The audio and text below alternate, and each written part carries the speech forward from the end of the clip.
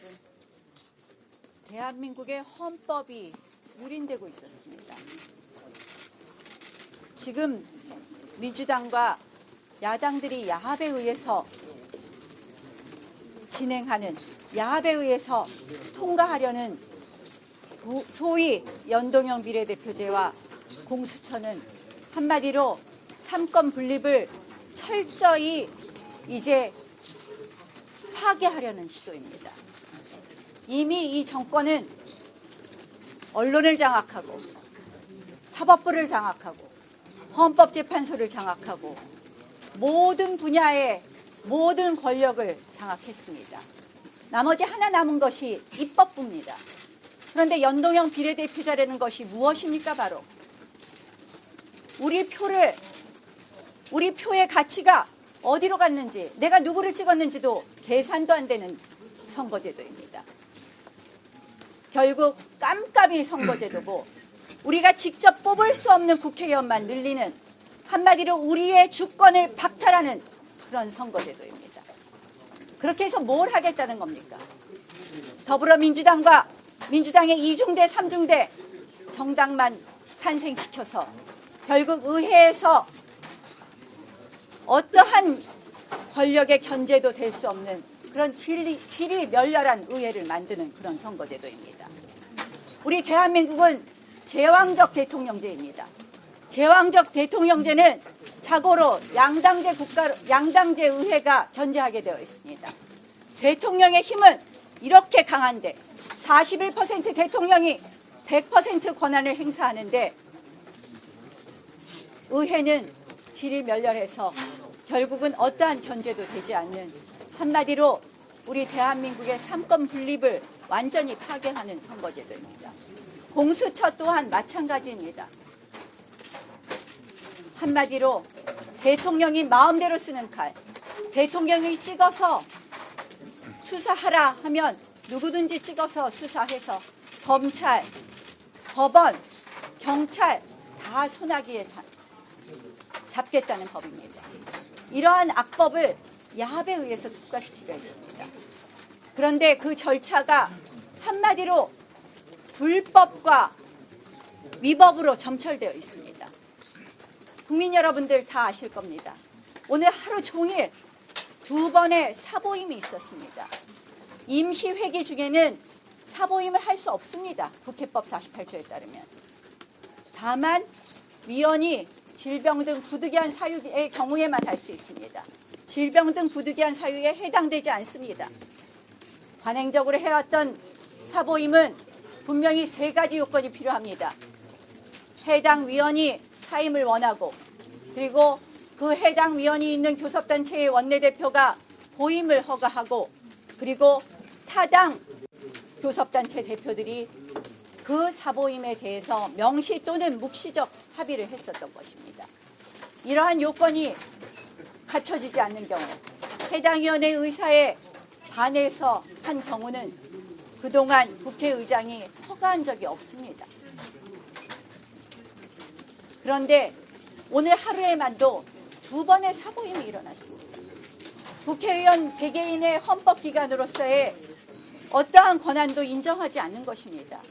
이렇게 불법으로 점철됐기 때문에 지금 불법으로 선임된, 불법으로 보임된 그 위원들은 적법한 위원이 아닙니다.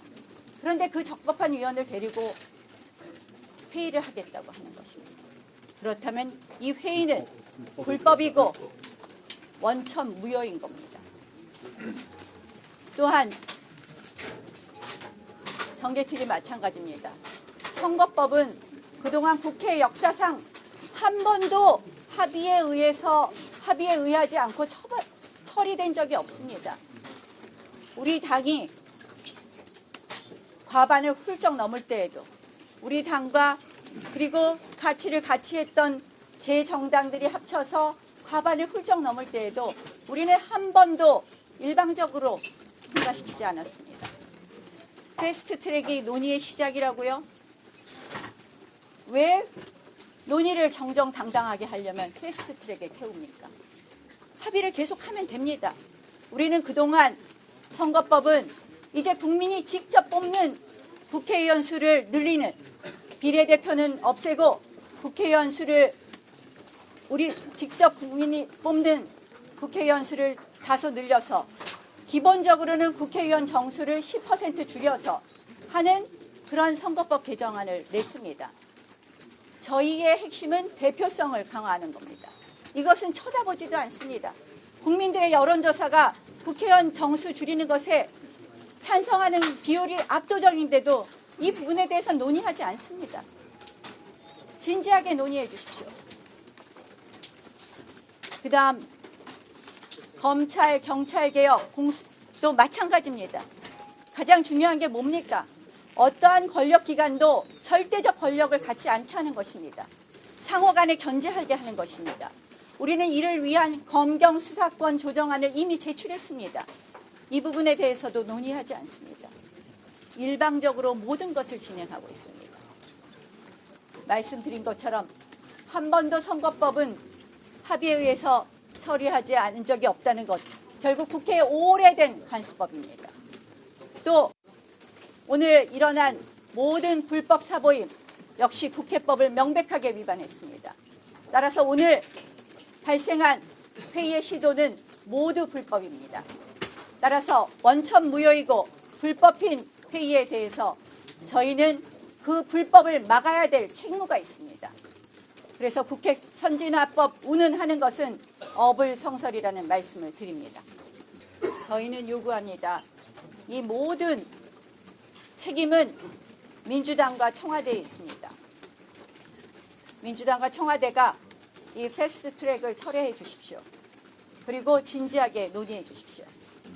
오늘 일어난 이 모든 역사적, 정치적, 법적 책임은 더불어민주당과 청와대에 있음을 다시 한번 말씀드립니다.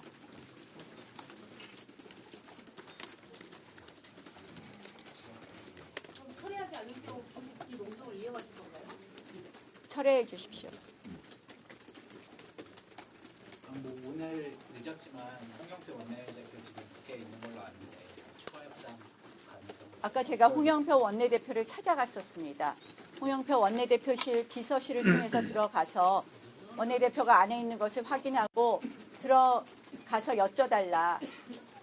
우리가 문을 열고 들어갈 수도 있지만 그건 예의에 어긋나기 때문에 여쭤달라 했습니다. 비서가 한 명 들어갔는데 문이 잠궈버렸습니다. 문을. 그리고 그 비서는 나오지 않았습니다. 제가 홍영표 원내대표에게 제가 지금 전화를 몇 번 했는지 정확하게 모르지만 2회 이상 했습니다. 전화를 받지 않았습니다. 그래서 저는 홍영표 원내대표와 이렇게 국회를 이런 모양으로 만들어 갈 수는 없지 않느냐. 이 부분에 대해서 철회해달라는 것 등 이러한 것을 요구하기 위해서 찾아갔었는데 아예 애당초 만나주지 않아서 참으로 유감으로 생각합니다. 대표 아까 4층의 그 정개특위 회의장에서는요, 장재훈 간사가 그 정개특위 만료 시한까지 협상에 임하겠다 이렇게 말씀하셨는데 이미 당론을 270석으로 내셨거든요. 어떤 협상에서 좀 양보를 할 수 있는 건가요? 저희가 뭐 당론은 270석이고 그리고 비례대표를 폐지하는 것입니다. 다만 이 270석 내에서 비례대표 수를 일부 인정하는 거라든지 이러한 부분에 대한 논의는 할 수 있다고 생각합니다. 비례대표가 연동형은 아닌 거죠, 그러니까? 연동형은 대한민국 헌법과 맞지 않는 제도입니다. 연동형은 전 세계에서 2개 나라밖에 채택하고 있지 않습니다. 그거는 의원내각제 국가입니다. 대통령제 국가에 맞지도 않는 지금 연동형 비례대표제를 그것도 국민들이 표 계산도 안 되는 연동형 비례대표제입니다. 내 표가 어디로 갔는지 모릅니다. 70석 연동형 25석을 지역구로 하고 나머지를 연동형을 하는데 그중에서도 50%를 하고 그중에서도 또 일부는 정당 명부제를 하고 그것을 또 지역별로 또 나누고 단수가 나올 때 어떻게 할 거냐. 계산을 하면 단수가 나올 수밖에 없습니다. 300석 지킨다고 했는데 단수가 나오면 어떻게 할 거냐 했을 때 대답은 올림이라고 했습니다. 분명히 의원 정수가 확대됩니다. 이번에는 억지로 300석 부근을 맞출지 몰라도 앞으로 연동형 비례대표를 한번 도입하면 350석, 400석 금방 갑니다. 독일의 예에서 우리가 배울 수 있습니다. 이 전 세계 어디도 채택하지 않은 이 말도 안 되는 이 연동형 비례대표제를 밀어붙이겠다? 오직 이유는 하나입니다. 민주당과 정의당 안정적 과반 이상, 게다가 여기에 민주당에 호응하는 정당까지 해서 우리는 한마디로 좌파 연합이 개헌 저지선을 무너뜨리려고 한다. 개헌을 할 수 있는 개헌 확보선을 만들려고 한다. 이렇게밖에 해석이 되지 않습니다. 주말에 정수증은 계획을 하시는 거죠? 현재로는 예정되어 있습니다. 그래. 이 정도 하겠습니다. 네. 네. 주세요. 언제까지 그러면 국회에서 배지를 하고 계십니까? 일단은 좀 네. 일단은 좀 더 논의해 네. 보겠습니다. 네. 네.